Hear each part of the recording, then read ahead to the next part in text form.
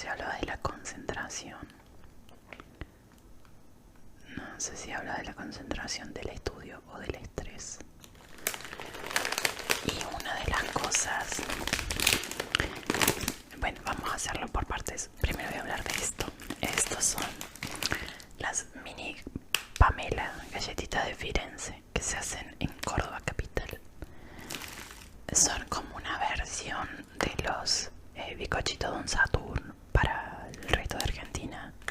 Para los que no son de Argentina, bueno, son unas galletitas, bizcochitos, no sé cómo lo llamarán en cada país. Estas son las de manteca, que tienen manteca aparentemente. Dice que galletita con manteca.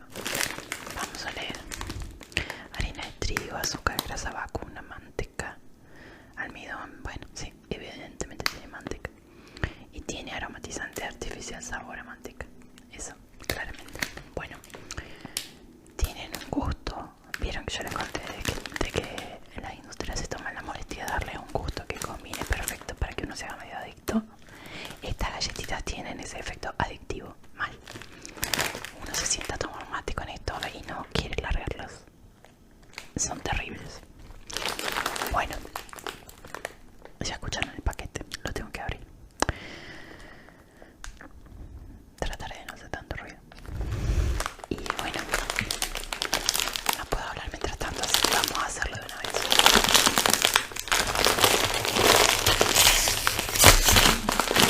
Ahí está.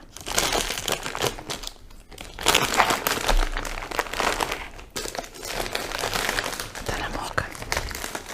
Bueno, le voy a mostrar galletitas. Son mini galletitas, así.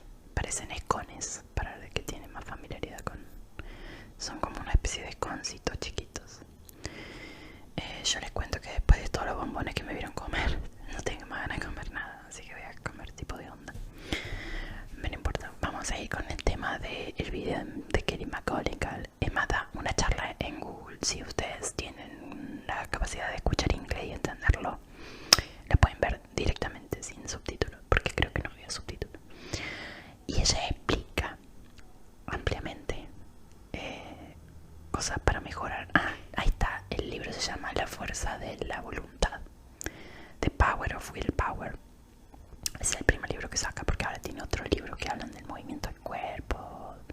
Ha hecho otro libro que creo que es tan interesante, pero no lo he leído. Y en este libro habla cómo explica las cosas que uno debería poder, digamos, hacer y sostener para tener mejor capacidad de voluntad, para poder ponerle voluntad a las cosas.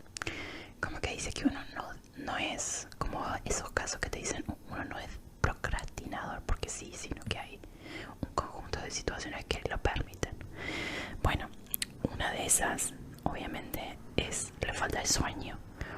Otra es a todo esto, ella es una psicóloga de Harvard de conducta, o sea que ella se dedica a hacer estudios como son las investigaciones en el campo psicológico.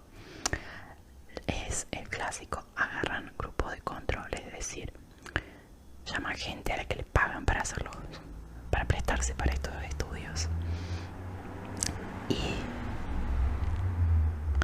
de una muestra de cantidad de gente, imaginemos 200 personas, van a hacer una muestra de 100 y otro grupo de control de 100 personas. Es decir, va a haber un grupo al que se lo va a someter a condiciones entre comillas normales / habituales, o lo que se supone que es previo a la hipótesis que se quiere probar, y después el grupo de la muestra a la cual se va a someter a la hipótesis para ver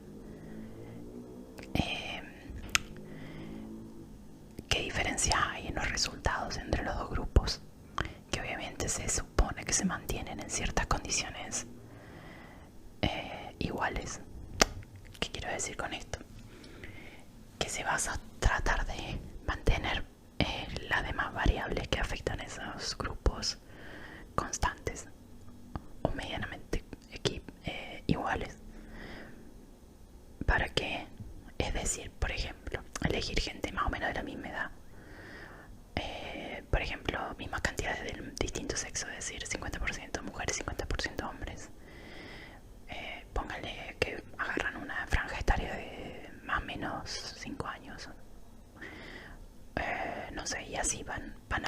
clasificaciones que reducen la cantidad de variabilidad para lograr que haya la menor cantidad de factores afectando al grupo, tanto de control como de la muestra, para poder hacer el estudio. Bueno, esta mujer llevó adelante estudios e investigaciones para empezar a encontrar cosas que afectan a la voluntad de las personas. Una de ellas que había encontrado y registrado como importante era los picos de glucemia. ¿Qué es un pico de glucemia? Es lo que le pasa al cuerpo. Había más o menos 5 variables que afectaban a la voluntad, pero uno de esos era que cuando uno come, por ejemplo, el azúcar se consume muy rápido en el sistema digestivo.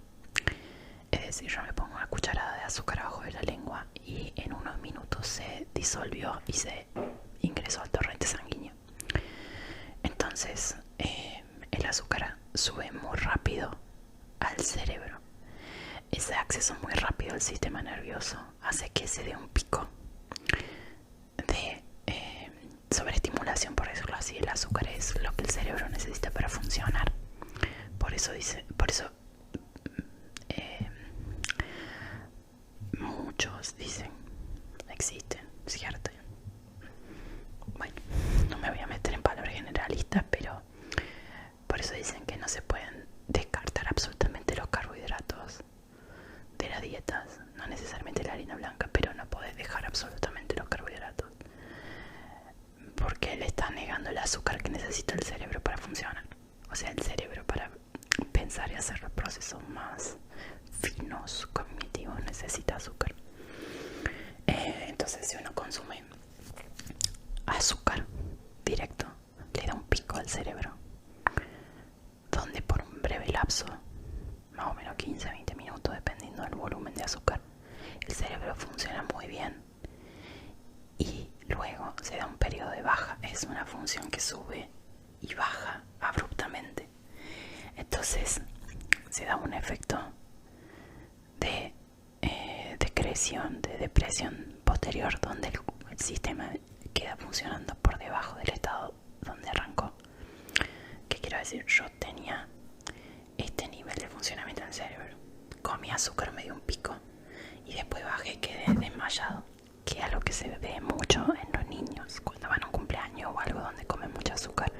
Están eufóricos y sobrepasados de energía, pero después caen reventados. O sea, esa depresión que se da posteriori es también mala, porque quedas en un nivel de productividad o de funcionamiento peor al que iniciaste. Lo mismo pasa con el café. El café te da un pico muy alto, y sobre todo si tomas café con azúcar, que te da un pico muy alto, pero después cuando baja, planchaste. Creo que tiene un efecto muy similar, aunque no estoy del todo segura porque no es parte de esta investigación de la que yo estoy tomando la información. Con el alcohol genera un efecto depresor, que al día siguiente uno... sí, había una parte en la que mujer lo explicaba, que te da un mayor nivel de culpa, porque te genera, es decir, por ejemplo, o sea, sería recomendable que tomemos alcohol si estamos felices y contentos, porque digamos que eso no va a repercutir mal en nuestro estado anímico. En cambio, si uno se siente mal y consume alcohol, digamos que va a tener una fetichona un rato, pero después, digamos a la menos de 24 horas, cuando pasa el efecto del alcohol, el alcohol en sí en el sistema genera un efecto depresor que nos va a dejar muy bajón y con culpa. Por lo tanto, en ese sistema de bajón y culpa podemos volvernos a meter en una especie de ciclo vicioso y volver a consumir. Por eso dicen que es muy importante erradicar la culpa en ese ciclo. Es decir, no te sientas mal por haber consumido alcohol. Si sacas ese componente, es mucho más probable que no vayas a reincidir, por ejemplo, en un exceso de alcohol. Como que tengas más control sobre la situación. Bueno, lo mismo pasa con el azúcar o con este tipo de cosas, que me lo voy a comer a todo esto.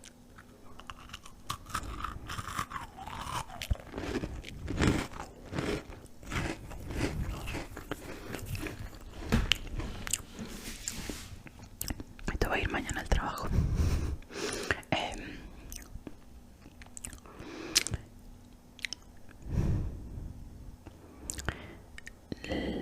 Los carbohidratos simples, es decir, esto, harina fina con azúcar y grasa, genera, en primera instancia, por esto que les había explicado de que la boca genera una adicción, y por otro lado el azúcar y la harina es un equivalente al azúcar, o sea, como que está dos niveles más complejizado en cuanto a la cadena de átomos que lo componen, pero es más o menos lo mismo, químicamente hablando.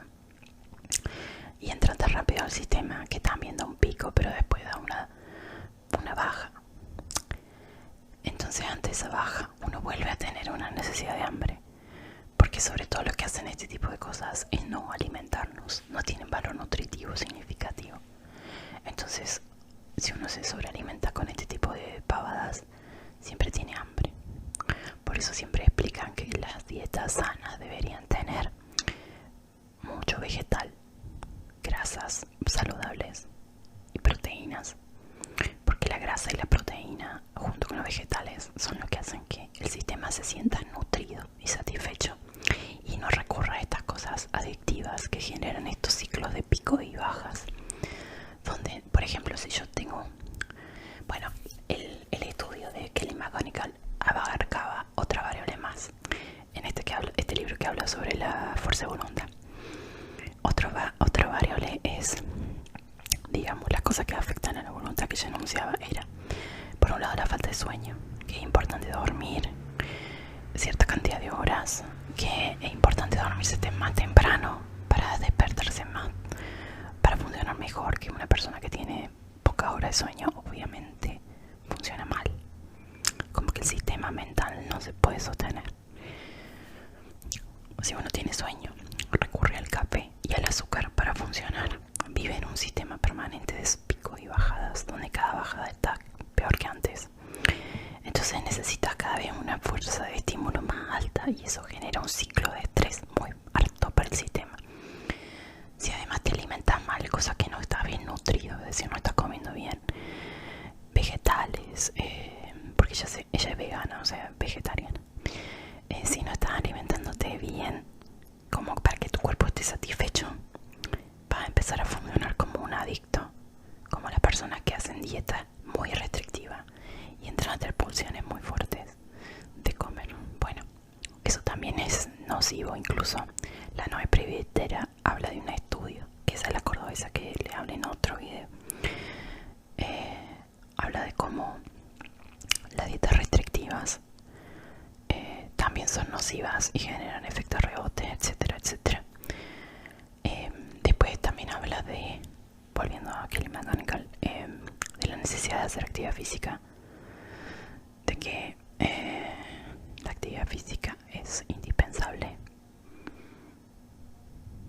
Ya no me acuerdo claramente por qué. Creo que porque necesitamos el estímulo muscular del cuerpo para funcionar bien. Y bueno, eso es lo que más o menos tengo claro en este momento. Me parece que eran 5, no 4, pero como este es el libro, yo creo que lo leí más o menos en el 2015-2016, no me acuerdo a detalle todo. Pero bueno, pueden apelar a ese video. Aun si no entienden perfecto el inglés, pueden entender lo que explica. Incluso en el video que se hace en la charla de Google, explica cómo hicieron estudios en las funciones cerebrales a través de creo que son electroencefalogramas, esos que se hacen metiéndote en un tomógrafo y viéndote el cerebro por capas. Bueno, a eso iba con el pico de glucosa que me estoy dando para hacer este video en escala de la hora de la madrugada que... Bueno, estas galletitas son riquísimas, son adictivas. Si ustedes quieren tener un pico de glucosa consciente, dénselo con esto, no se van a arrepentir. Claramente yo no voy a seguir comiendo más, porque además me queda una golosina más que ya no sé cómo voy a hacer. Bueno,